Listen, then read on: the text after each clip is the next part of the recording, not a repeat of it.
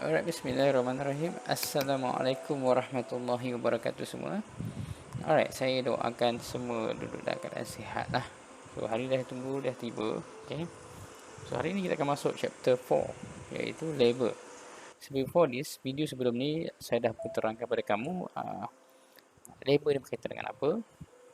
Lepas tu, saya dah go through dengan kamu soalan-soalan berkaitan dengan labor, soalan di final exam. Saya tunjukkan format soalannya lebih kurang sama. Lepas tu dia punya analisa yang saya dah buat 5 soalan final exam. So hopefully dengan information yang ada tu memudahkan kamu lah. Okay. So apapun untuk kelas hari ni, alright, chapter 4 ni seperti saya maklumkan dalam video sebelum ini, penerangan secara apa tu labor, untuk kira apa kan. So secara spesifiknya hari ni kita akan olah lah labor.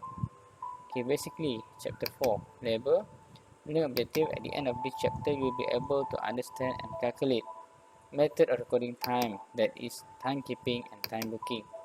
Cara nak kira gaji menggunakan time base, menggunakan hourly base, dengan satu lagi menggunakan output, menggunakan unit. Kita kira gaji bayar ikut unit. Cara nak kira overtime terbagi kepada dua, ada basic, ada premium. Okay. Bonus ada individual, ada yang group. Okay. Ideal time, apa punca-punca ideal time. Okay. Classification of direct and indirect labor. Ini kita akan belajar dan sampai dalam learning curve. Okay. So introduction, in manufacturing companies, labor cost includes salaries and wages, overtime, bonus, medical expenses paid to machine operator and assembler. Okay, the labor cost incurred can be divided into two, that is direct labor dengan indirect labor. Okay, direct labor cost is the cost of remuneration for employee effort and skill which can be directly attributable to production or product or sellable service. Okay, dan sebagainya. Kita bacalah. Ini direct labor. Okay, indirect labor pula apa? Nampak indirect labor cost is the wages which cannot be identified with a particular product or service and need to apportion the cost between two or more product. Kita tak boleh identify directly. Contoh cleaner, tak tahu dia kerja bagaimana, so kena apportionkan dia ikut luasan bahagian contohnya kan. Okay. Example indirect labor adalah foreman, inspector, supervisor, forklift. Ini yang berkaitan dengan production, ini yang berkaitan dengan service. Ini adalah indirect labor yang ada. Okay. Objektif in managing labor, kenapa kita manage labor ni properly? So, tu ganti low labor turnover, nak kurangkan orang keluar masuk kerja kan. So, nak kurangkan percentage untuk orang yang berhenti kerja lah. So, reduce product cost per unit. Bila kita tahu product cost adalah so, untuk dapatkan profit adalah revenue plus dengan cost. Minus cost akan dapat profit. So, kalau kita dapat mengurangkan cost, so profit kita akan meningkat. So, that's why kita nak kurangkan cost. It help increase productivity. Sebab labor kita lama stay dengan kita, so dia dah belajar buat kerja dengan kemasan dan sebagainya. So produktiviti kerja akan jadi lebih laju. Dan setelah pekerja baru, pekerja lama kan, pekerja baru mesti lebih lambat sikit buat kerja sebab baru nak belajar. Yang lama ni tutup mata pun boleh buat, contoh kan. Okay. Seterusnya, produce good quality product. So lagi lama dia kerja, lagi cantik quality kerja dia. Macam kamu lah kan, lagi banyak buat latihan, lagi faham. So, method recording time, ada beberapa cara untuk recording time. Satu time keeping, satu time booking. Ini boleh baca yang fahamkan apa tu time keeping, apa tu time booking. Okay, remuneration calculation. Okay, macam mana kita nak kira gaji? So basically ada time base. Remuneration calculation ada menggunakan time dan ada menggunakan output ataupun unit. Okay. Time ni employee is paid based on time work, ikut jam dan sebagainya lah. Lebihan masa dia kira overtime. Output piece rate dia gunakan unit. So dia bayar gaji ikut unit. So time base kita ada basic. So dalam time base kita ada basic, kita ada overtime, kita ada bonus. Barulah kita akan dapat gross wages. Okay, hasil tambah tiga. Okay. Under this scheme, worker would be paid for the numbers of hours work at the basic rate per hour, say up to 40 hours. Katakanlah satu minggu 40 jam, 8 jam sehari, 5 hari kan, seminggu so dapat 40 jam. Time work in addition to 40 hours will be classified as overtime. So apa saja kerja, masa yang lebih daripada 40 ni dikira overtime. So basic wages, overtime hour, overtime pay. Normal working hour times rate per hour. So akan dapatlah basic wages. So kena dapatkanlah normal working hour berapa. Ini saya dah bagi soalan. Rate per hour kamu akan dapatlah berapa basic wages. So and then overtime hour. Nak kira overtime macam mana? Actual working hour berapa? Katakan ada kerja seminggu tu adalah 48 jam. So normal working hour bagi dalam soalan 40. So 8 jam ini adalah overtime. Okay, overtime pay macam mana? Overtime hour yang kita dapat 8 jam ni, darabkan rate per hour ikut dalam soalan, darab overtime rate. Kadang-kadang rate ni dia bagi 1.5, 2, 2.5 depend pada soalan. Okay, ikut terma-terma adalah. Dia treat dia biasa dia bagi dekat term-term dia. Example 4.1. In a week, the normal working hour is 40 hours and an employee is paid at rate of 4 ringgit per hour. Ini contoh soalan. He has worked for the week at 48 hour. Nampak? Pada minggu itu dia kerja 48 jam. Overtime rate is 1.5 time. Overtime dia bayar 1.5 lah. Calculate what would basic wages untuk dia ni. So basic kita dah tahu, normal working hour dah rate per hour. So normal working hour 40 jam kali dengan rate per hour dia berapa? 4 ringgit. So dapatlah berapa? RM RM160. Ini contoh jawapan dia. Senang kan? Senang. Sebelum ni tengok susah kan? Sebab tak belajar lagi. Sudah belajar senang. Okay? So saya bagi tahu senang. Yang jadi susah tu sebab tak belajar dan tak faham. Dan malas nak buat latihan. Okay? So overtime nak kira macam mana? So yang pertama dia suruh kamu kira basic. So basic senang je. Ambil je normal darab dengan rate per hour. Lepas tu what will be overtime pay? Berapa overtime dia? Overtime adalah kat sini ikut dia punya formula. Overtime hour darab rate per hour darab overtime rate. So overtime hour dia adalah 48.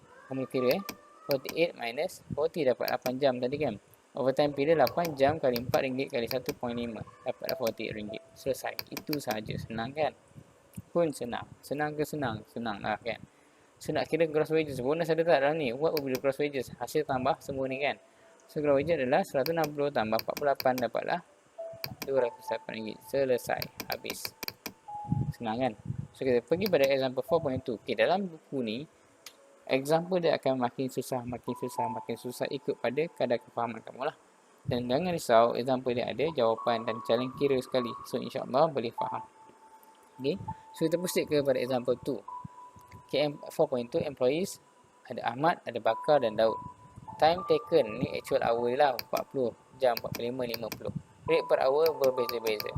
Normal working hour is 40 hours. Normal 40. So ni Ahmad tak ada overtime. Bakar ada 5 jam. Daud ada 10 jam. Overtime is paid at 1.5 time for the first 5 hours. Ni kata 5 jam pertama dia bayar 1.5. Untuk jam-jam seterusnya berikutnya akan bayar 2.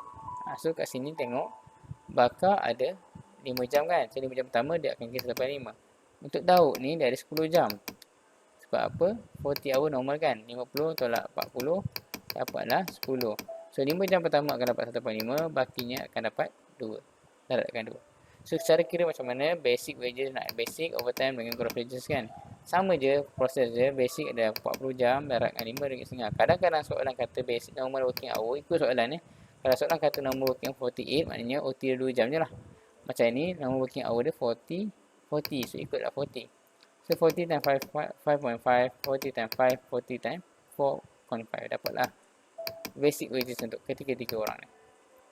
Okay. Yang kedua overtime. Overtime untuk orang pertama Ahmad. Ahmad tak ada overtime sebab apa? 40 tolak 40 kan kosong. Bakar 45 tolak 40 dia dapat 5 jam overtime hour dia. Daud ada 10 jam tadi ya. So nak kira macam mana? Ni nil tak ada lah. Ni kena tulis juga. Walaupun tak ada tulis nil akan dapat markah So untuk Bakar pula 5 jam kali 1.5 saja sebab tak ada lebihan pada tu. Okay. So 37.5. Selesai. That's it. So total overtime dia 37.5. Okay. Untuk Daud pula kamu tengok kat sini 5 jam pertama darab dengan 4 ringgit setengah darab dengan this dapat ini, dan 5 jam berikutnya kamu darabkan dengan ini dapat ini 78.75. So selesai. So nak tahu gross wages, hasil tambah kedua ni 220 tak ada overtime kan. Bakar 200 saja tambah dengan 375 dapat ini. Daud 180 tambah 78 dapat ini. So selesai untuk overtime payment. Okay.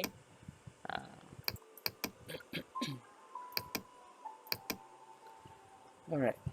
So boleh faham setakat tu ya. So ada soalan nak tanya? Tak ada soalan kan. Alright.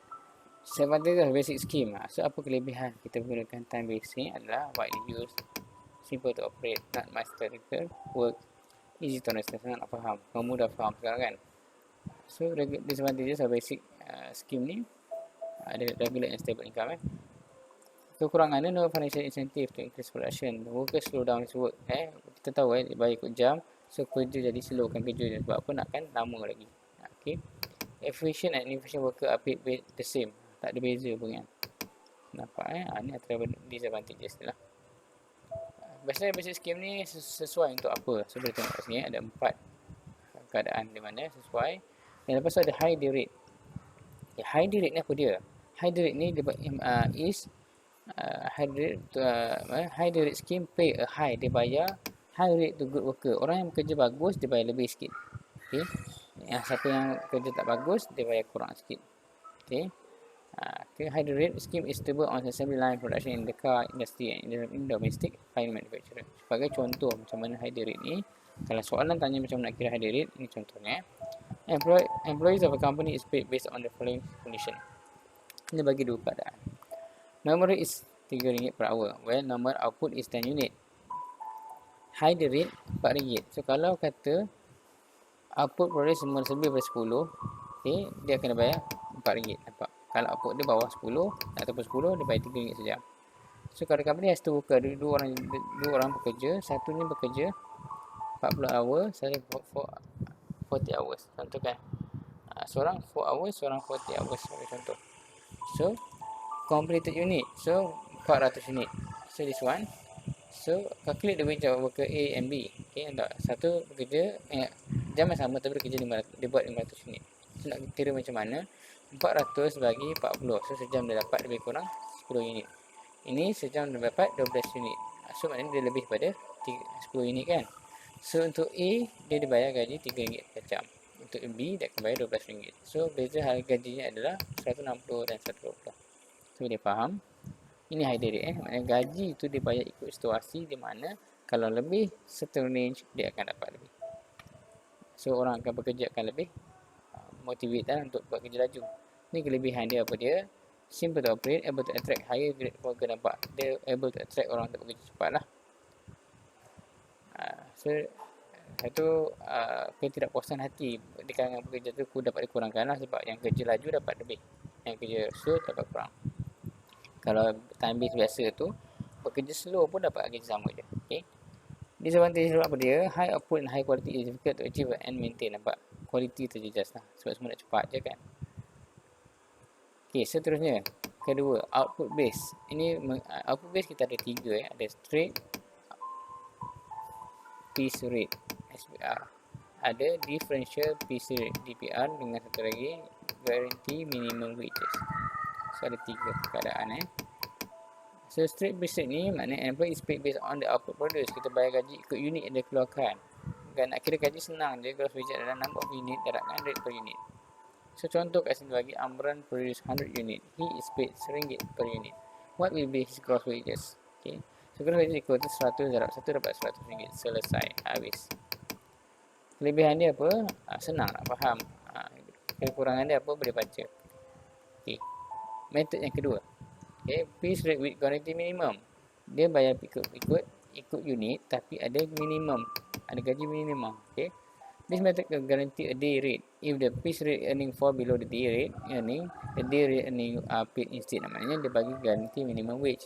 Maknanya satu hari tu kalau kata minimum dia akan bayar RM20. So kalau kata output tak ada langsung, dia tetap dibayar RM20. Contoh. Ataupun output dia 15 je. 15 kali RM1 dapat RM15 kan. So dia dapat yang RM20 sebab apa? Ada minimum. Example, Fatimah is paid based on unit produced per day. Furthermore, she is guaranteed with minimum RM40 daily if output fall below 40 unit. The rate per unit is 1.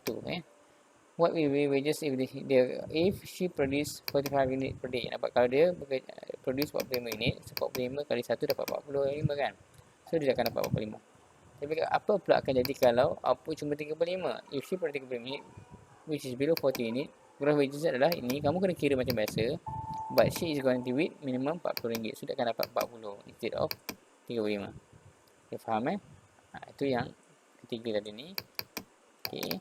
So, differential pula macam mana? Differential preset ni dia akan dibayar berbeza-beza. Macam mana tu? The piece rate vary at different level of efficiency. The purpose is to provide incentive to increase output so as to reach maximum production. For example, kat sini, battery produce 200 unit of output. She is paid using differential piece rate. The rate paid will be as follows. Okay, maknanya dia dibayar gaji 100 unit pertama, 3 sen 1 unit. 101 ke 150, 150, 50 sen. 151 ke 200, 70 sen. What be her gross wage kalau kata dia produce 200 unit?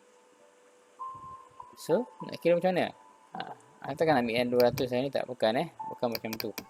Kamu kena kira based on unit. So, 200 kan? 100 unit yang pertama. 100, 200 saja kan? Tolak 100 je kan? 100 kan? 200 unit pertama, darat 30 sen. 100 unit pertama, 30 sen. 50 unit yang seterusnya, 50 sen. Dan baki 50 unit lagi, darat 70 sen. Kamu akan dapat lah. Hasil tambah semua ni, RM90 untuk gaji dia. Berarti kalau wage, ada unit. So, boleh faham differential ni dia dibayar ikut kadar pengeluaran. Contoh kalau 500, 100 pertama 30 sen, 50 kedua, 50 ketiga dan bakinya dengan harga 30 sen. So boleh faham ini differential. Okay, rate dia berbeza-beza ikut tahap pengeluaran. Alright, boleh faham setakat tu kelas? Boleh faham? Ambil nafas, cuba fahamkan dulu. Alright, so seterusnya kita pergi pada bonus or incentive scheme. Ini bayar insentif lah bagi bonus. Tadi kita belajar basic dan overtime kan. So overtime pun ada dia punya pecahan nanti, ada overtime basic dengan overtime premium. So ini jangan tengok dulu, kita tengok lah ikut flow kita belajar tadi overtime lump sum, termasuk dulu ni sekali. Okay, bonus or incentive scheme is aimed to stimulate the workers output. Ini untuk meningkatkan lah. Incentives may be classified as financial or non-financial. Financial incentive include wage payment in excess of those paid 2-time premium bonuses, prizes, and return on investment.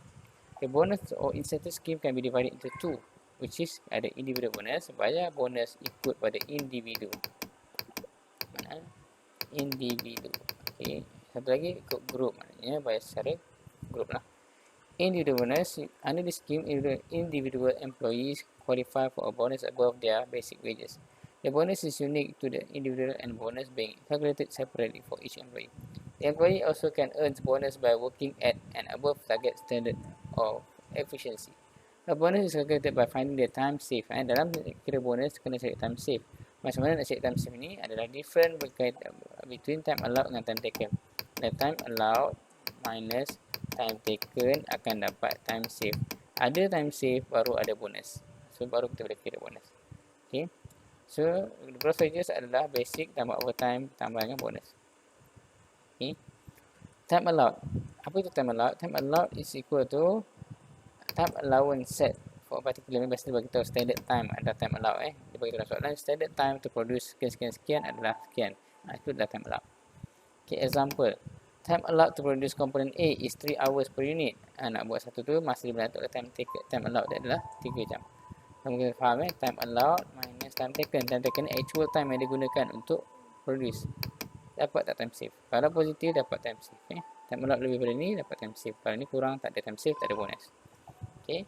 If 10 unit of component A is produced, so they produce 3 unit kali dengan 10 3 hour. So 10 unit kali 3 hour dapat 30 hours kan.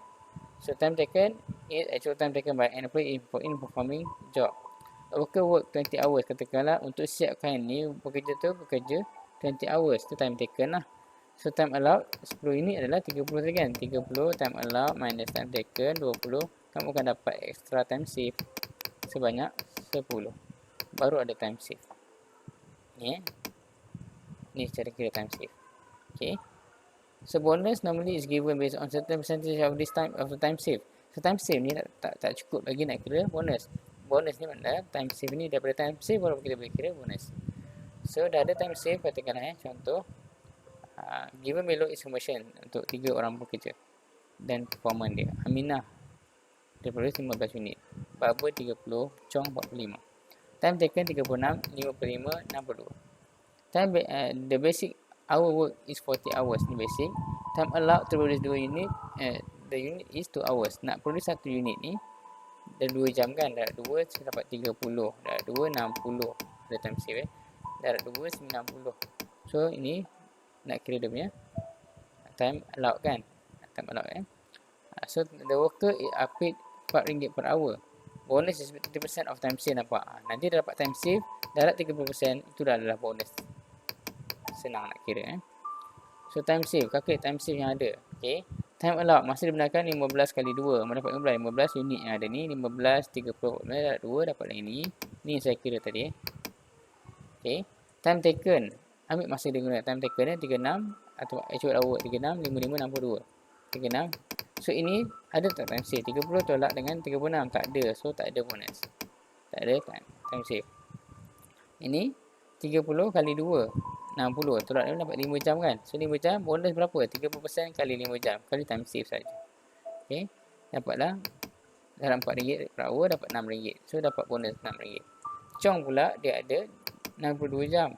Time taken sepatutnya time allowed dia. So time allowed 90. So time taken 62. So baki 28 ni adalah time save. Time save 30% darab dengan bonus, darab dengan rate per hour, dapatlah 33.60 sen. Ini adalah pengiraan bonus untuk ketiga-tiga pekerja. Aminah explanation dia macam mana? Aminah does not have time save, therefore she not earning any bonus. Tak dapat bonus apa-apa. Baba ada 5 jam, so bonus dia RM6. Chong pula ada 28 jam, Chong dapat bonus RM33.60. Boleh faham setakat tu kelas? Senang nak faham kan? Senang nak faham, insyaAllah boleh faham kamu jangan risau. Okay, fahamkan nampak flow dia. Bila masuk kelas ni, ada video ni lagi senang. Share pada kawan-kawan kamu yang beli buku dengan saya. Okay, share sebab apa? Sebab ini adalah teknik pembelajaran buku ni. Okay, very simple.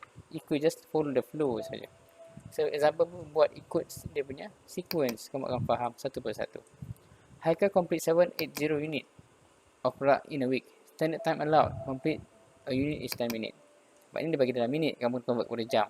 Ini contoh lain. He actually took 90 hours to complete his work, nampak. Bonus is paid 60% of time save at RM12 per hour, nampak. Dia bagi pula bonus dia bayar 60% kali dengan RM12 per hour. Time allowed, kalau tak bagi ni, maknanya kena ikut dalam rate per hour dia lah. So time allowed dia buat berapa? Dia buat 780 unit. Kita tahu 1 unit 10 minit. So darabkan dengan ini, bahagikan dengan 60 minit untuk dapatkan jam, dapat 130 jam. So time allowed 130 hours. Time taken dia adalah 90 jam. So dia bagi time save 40 jam. So 40 jam kali dengan 60% bonus, kali dengan RM12 dapat 288. Ini adalah bonus untuk dia. Senang nak faham kan? Senang. Okay. Senang. Okay. So example 4.10 ni dia ajar kamu matematik, macam mana nak convertkan daripada minit kepada jam, daripada jam kepada minit dan sebagainya. Okay. Ni matematik saja. Dua matematik saja, boleh fahamkan. So sekarang kita pergi kepada individual bonus scheme. Apa kelebihan dia? Apa kekurangan dia? Apa kelebihan dia? Ini kelebihan dia. Okay. So dan pergi kepada group incentive. So kekurangannya boleh fikir sendirilah. Ini kelebihan kekurangan untuk buat individual ni. Kalau bagi bonus individual mungkin kualiti dikurang affected lah sebab semua nak buat laju kan. Okay, so contoh boleh fikir logik lah. Group incentive bonus scheme. Tadi individual, sekarang kita pergi pada group.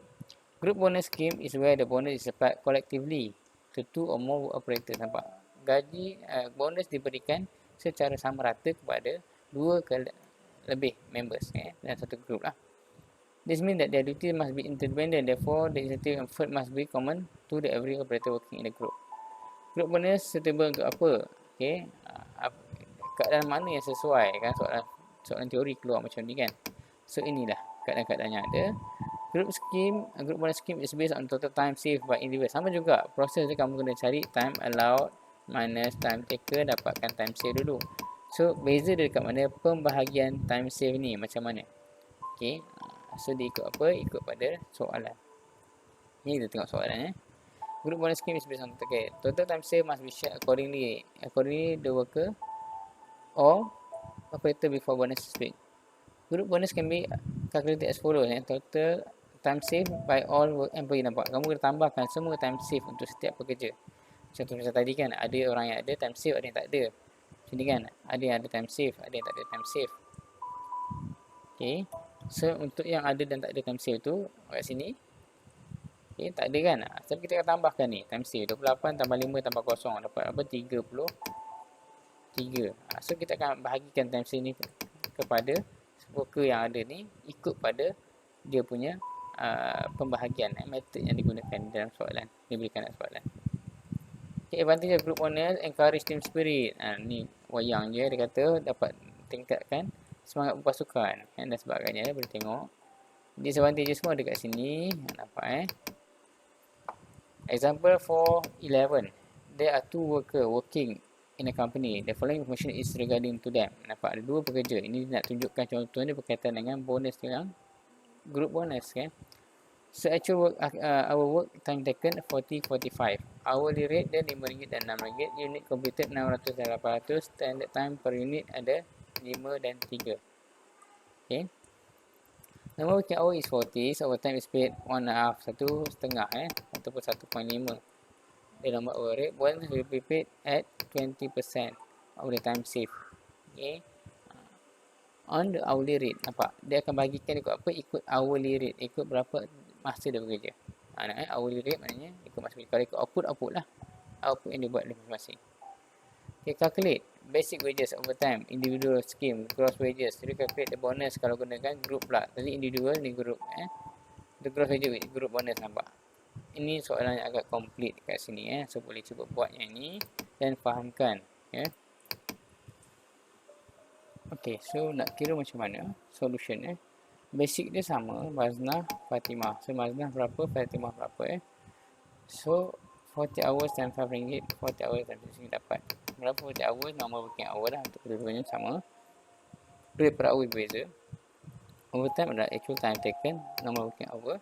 So time taken dia 40 minus 40 dapat tak ada overtime. Fatimah ada 5 jam, so 5 kali RM6 kali 1.5 dapat RM45. Mana dapat info ni, info daripada atas lah. Okay. So and then, okay, dalam overtime ni kena take note overtime kadang-kadang macam ayat ikut ayat dia overtime, ni trick yang ada overtime is paid at 1.5, maknanya 1.5. Overtime is paid at 1.5. Overtime rate is paid at tu sama juga 1.5, 1.5. Okay, tapi kalau dia kata overtime premium is paid at 1.5, maknanya bila kata ada ayat overtime premium is paid at 1.5, bermakna dia punya kiraannya adalah 1.5 tambah 1 tambah basic 1, maknanya jadi 2.5. Tengok ayat ini overtime premium. Okay, kalau overtime pay ada ni maknanya biasa 1.5, tak payah tambah 1. Okay. Kenapa? Nanti masa kita belajar pasal overtime dan premium ni kita akan nampak lah. Okay.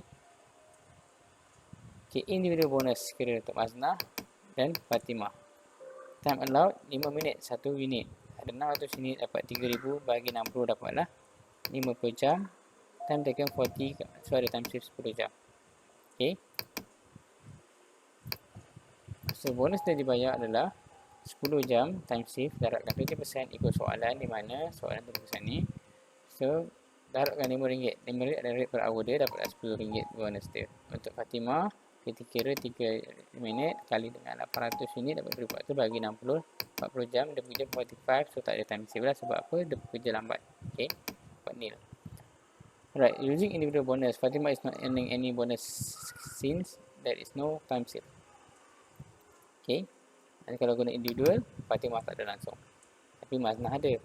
Tapi kalau guna group, kejap lagi kita akan tengok. Okay, so gross wages ni, kalau gross wages untuk Maznah dan Fatimah, gross wages adalah 200 tambah RM10 dapat 210. Ini adalah dia punya gross wages.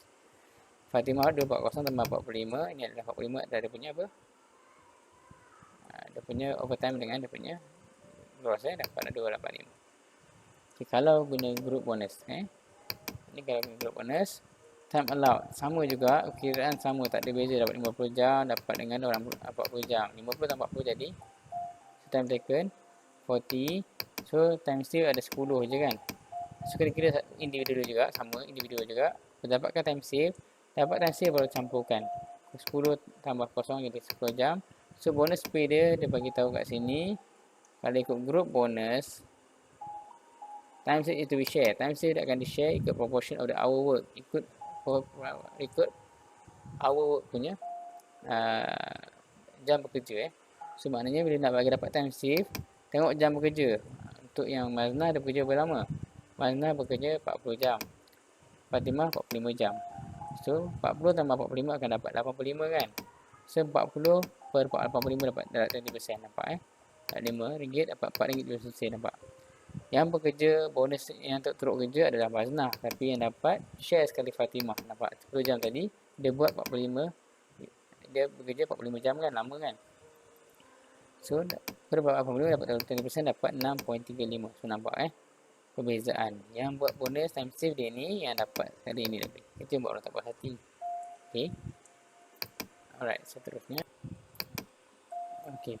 Using group bonus, Fatimah is getting bonus even though she has no time save. Nampak? Walaupun dia tak ada time save, Fatimah tetap dapat juga bonus. Sebab apa? Dia di-share untuk semua pekerja yang ada lah. Okay. Dan lepas tu, pembahagian ni ikut pada term yang diberikan oleh polisi syarikat lah. Kadang-kadang bagi ikut unit produce, ini ikut hour kerja, hour work kan. Ada yang bagi equally, ada yang bagi ikutlah pada soalan. Itu kita tengok soalan. Lagi banyak soalan kamu tengok, lagi kamu banyak kamu punya information dan maklumat lah. Biasanya group bonus barangkali kita less. Patutnya dia yang buat time save tapi dia dapat rendah kan. Kalau dulu dapat 10 kan, semua dapat. Tapi sekarang dia dapat share pada Fatimah. Walaupun Fatimah tak buat apa-apa. Okay. So persentage akan berubah lah, nampak. 200 tambah 4/1. Ini lagi banyak lagi ke Fatimah. Nampak Itu mendatangkan ketidakpuasan hati. Alright. So dekat sini kita akan belajar overtime premium. Ini sebab overtime 1.5 kan. So actually ada bahagi sebenarnya. 1 tu adalah basic, 1 tu adalah basic. Lebih daripada 1 adalah premium. Ini kalau soalan minta kamu asingkan overtime dan overtime premium, inilah cara nak asingkan dia. So overtime is defined as a work performed by an employee or worker in excess of a basic work day. Typically 8 hours a day, 5 days a week, is as defined by company rules, job contract statute, union, collective agreement. Overtime shall be assigned by the department head to meet essential operating needs. Employee is expected to seek advance approval for work and to report overtime work at the time of reporting other work. Okay. Overtime premium itu apa? The Code of Federal Regulation (CFR) define overtime premium as certain premium payment made by employer for work in excess of or outside of specified daily work standard. Okay, two issue in overtime. Ada dua issue. Basic dengan premium. Okay. Basic overtime pay is treated as direct labor cost. Nampak Basic overtime pay ni kita treat dia sebagai direct labor cost. Basic overtime dia dapat OT, hour, basic rate, direct per hour dapat. Overtime premium, an extra amount paid employer to employee for overtime work and calculated as percentage of extra hour work. Okay, nampak. Ini overtime premium dia. Overtime premium berapa? 0.5 kali 1 kali basic, sama je. Yang kita belajar tadi tu, kamu combine dua-dua. Tapi ni dia boleh asingkan daripada combination 1.5 tu, kita boleh asingkan satu basic, 0.5 tu adalah premium. Okay, that's why kalau kataan kata overtime premium is pay at premium saja dibayar. Premium saja dibayar 1.5, maknanya 1 tambah 1.5 lah. Okay. Example for graph. Our work for a week is 44 hours. Normal time is 40. The overtime is paid at 1.5 of the hourly rate. Overtime rate per hour is RM10. Calculate the overtime pay, nampak. So, kita bekerja 54 jam. Normal ni dapat 14 jam untuk overtime. Total overtime ni adalah 1.5. Okay, basic. Maksudnya 1 tu adalah basic, 1.5 tu premium. So, nak asingkan dia macam soalan minta kamu asingkan overtime premium.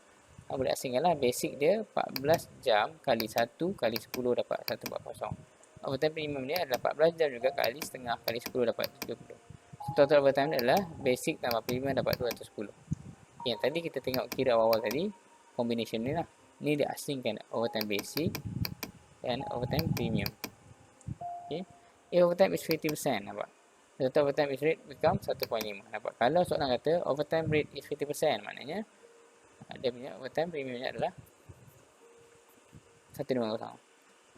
Then overtime basic 14 hours time 100 dan 14 hour times 50% dapat sama juga Ni kalau dalam bentuk percentage lah. Okay. Example 413. Our work for a week is 44 hours. Sama. 40 hours tu menjadi normal. Overtime premium nampak. Kalau soalan dia kata overtime premium saja. Ni overtime rate kan. Kalau premium saja is paid at 1.5. Kalau premium saja 1.5. Sebenarnya premium 1.5, basic 1. Jadi 2.5. Okay. Overtime hour is 24. Tolak 40 jam dapat 14 hours.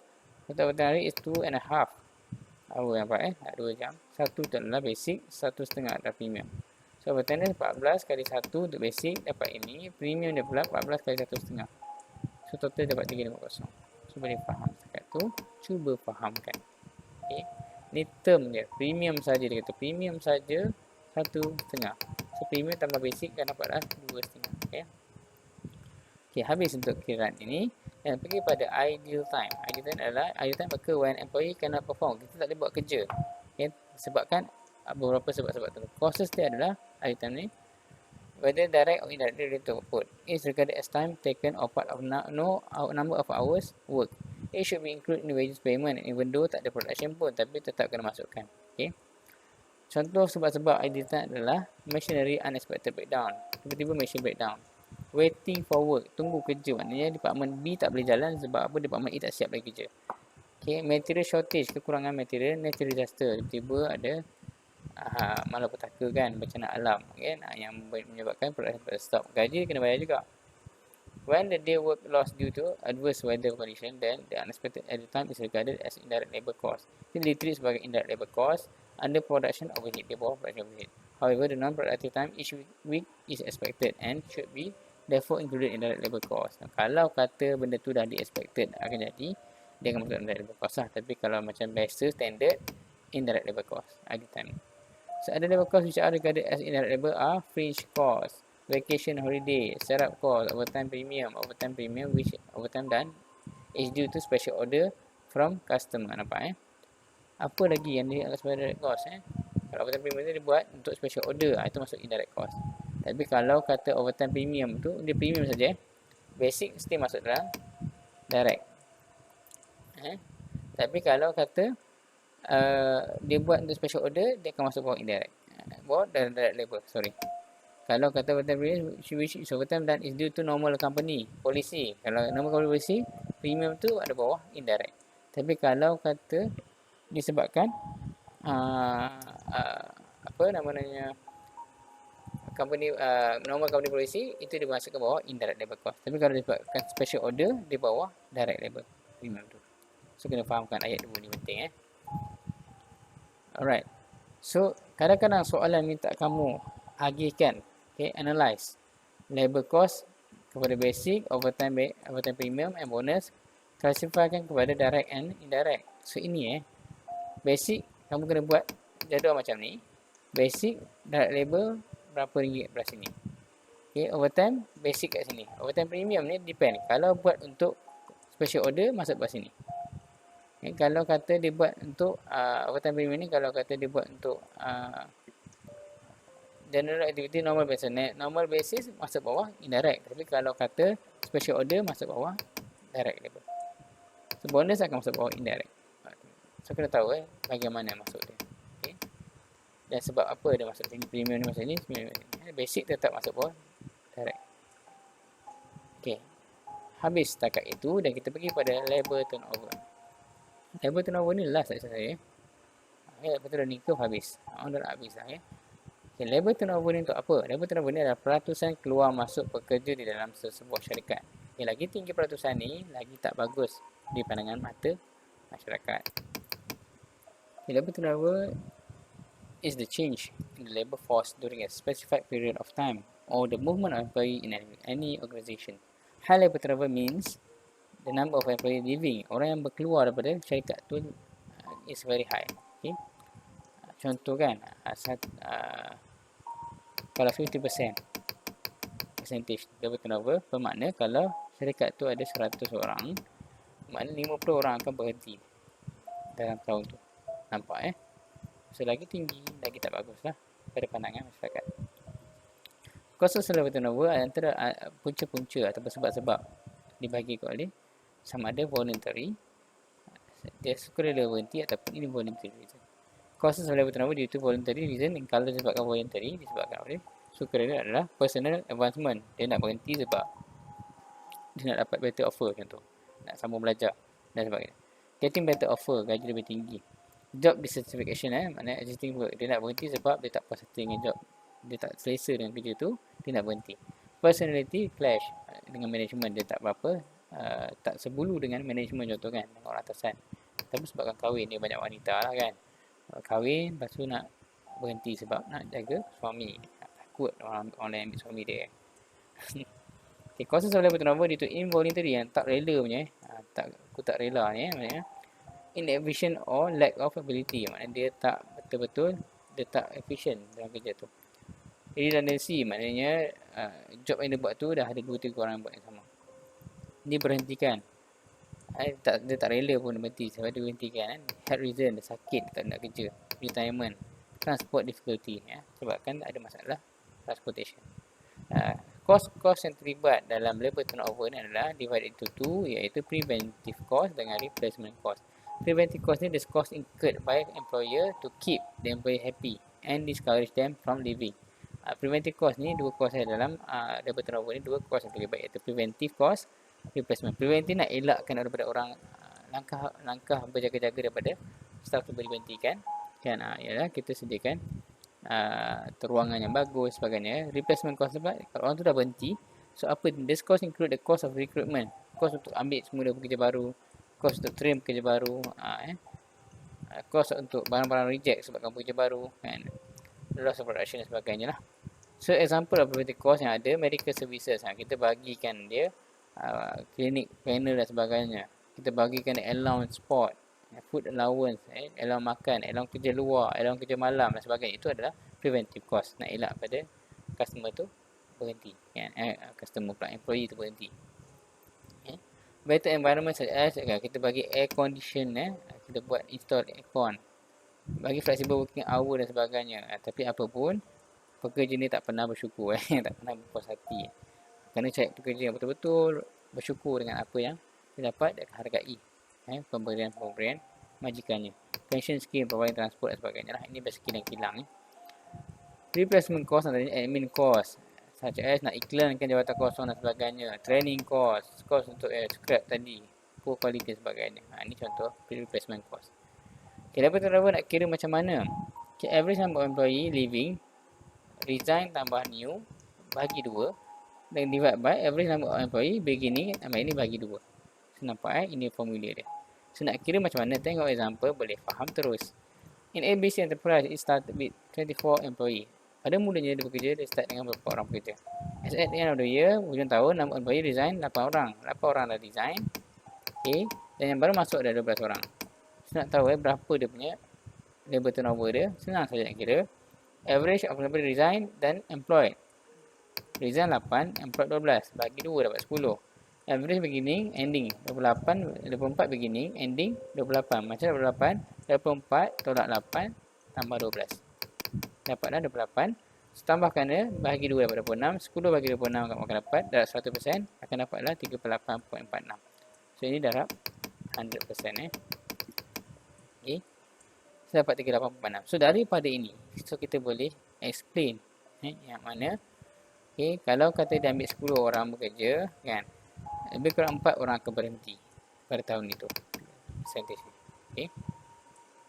Lepas tu kita introduction to learning curve. Ini sekadar pengetahuan saja. Learning curve tu macam mana. So ini learning curve lah. Learning curve secara total, kumulatif. Kalau secara individual akan macam inilah learning curve.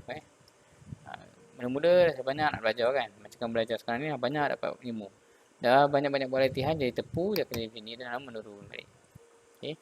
So secara kumulatif dia akan jadi menurun. Okay. Dan itu saja untuk nampak learning curve. So itu saja untuk chapter 4. So saya dah cover keseluruhannya. So untuk bahagian kamu, bahagian kamu ni sekarang apa kamu kena buat? Kamu tengok exercise page 152, question 1. Ini soalan-soalan berkaitan dengan final exam diolah ke dalam ini dan ada jawapannya sekali kat sini. So kamu boleh cuba fahamkan dahulu macam mana cara kira dan sebagainya. Working ada semi scale macam nak buat kan. So task kamu sekarang, tutorial nanti, cuba fahamkan. Cuba fahamkan exercise. Semua bukan satu dua tak, semua. Task untuk kamu, kamu nak pandai, kamu nak dapat A, fahamkan. Tengok macam mana dia buat.